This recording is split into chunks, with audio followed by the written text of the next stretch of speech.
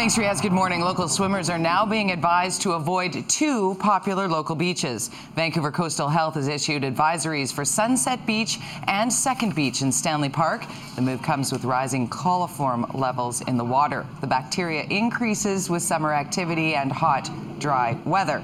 Swim in these waters and you could end up sick with diarrhea, vomiting, irritated skin, and eyes. We all know water safety is no laughing matter, but the iconic sculptures near English Bay have been outfitted with life jackets, reminding beachgoers that you can still have a good time while staying safe.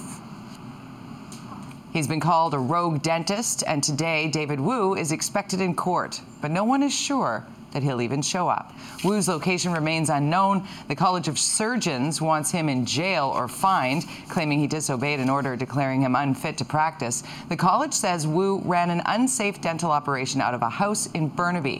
1,500 patients are being urged to get tested for HIV, hepatitis B, and C. An accused soccer hooligan also has a date in court today. The 43-year-old was arrested during Saturday's Whitecaps game for reportedly lighting a flare. He's facing 3 different charges. The TV broadcast didn't pick it up, but fans were affected by the smoke, and one was taken to hospital. Setting off flares is a common disobedience at soccer stadiums around the globe. BC liquor stores are hoping that customers will want to take a chance when they take a drink, but not everyone is happy about a plan to start selling lottery tickets there. Critics of the plan call it a desperate cash grab. However, addiction specialists say lotto tickets are a fairly harmless form of gambling compared to other games like slot machines.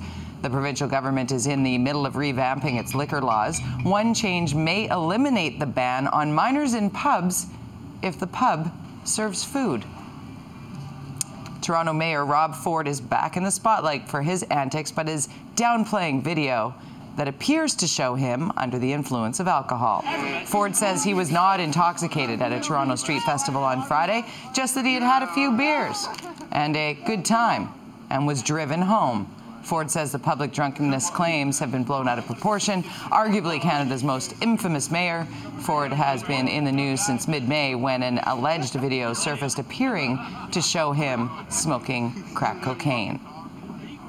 There is a tense calm this morning in Cairo, where thousands of Egyptians are vowing to continue 2 sit-in protests until ousted President Mohamed Morsi is returned to office. Authorities have postponed a move to disperse the sit-ins to avoid violence. Security forces had planned to surround the Cairo protest site as early as dawn today. It is believed that a move by police would have set the stage for clashes with the thousands gathered. Morsi is Egypt's first democratically elected leader. He was thrown out by the military almost 6 weeks ago. The northern Philippines is recovering from a typhoon that brought winds of 175 kilometers and heavy rain. The storm is blamed for at least 1 death, but 45 fishermen are missing and feared drowned. The coast was pounded by 2.5-meter waves. About 20 typhoons hit the Philippines every year. Many are deadly. A state of national calamity was declared last December after a typhoon killed more than 700 people.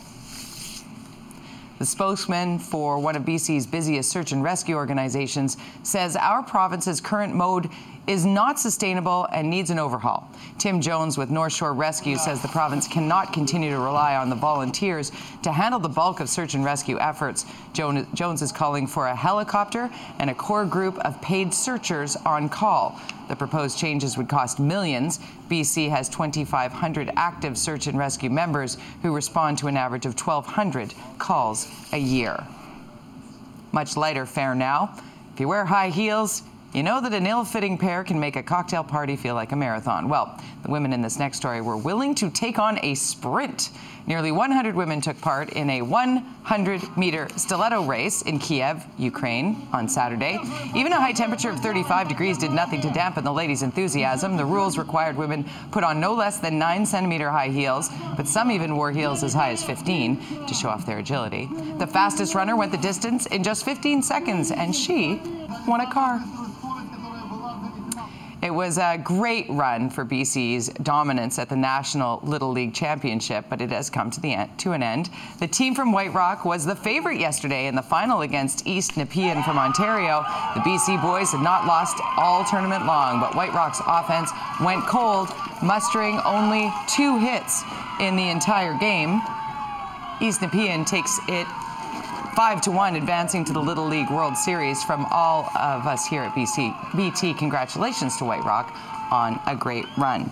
And in Montreal, not a whole lot of suspense at the Rogers Cup final, but excitement was certainly present. Rafael Nadal easily handed Canadian Milos Raonic 6-2, 6-2. The Spaniard is unbeaten in 4 matches against Raonic, taking home over $500,000 for the victory. Despite the loss, Raonic has climbed to 10th in the world ranking.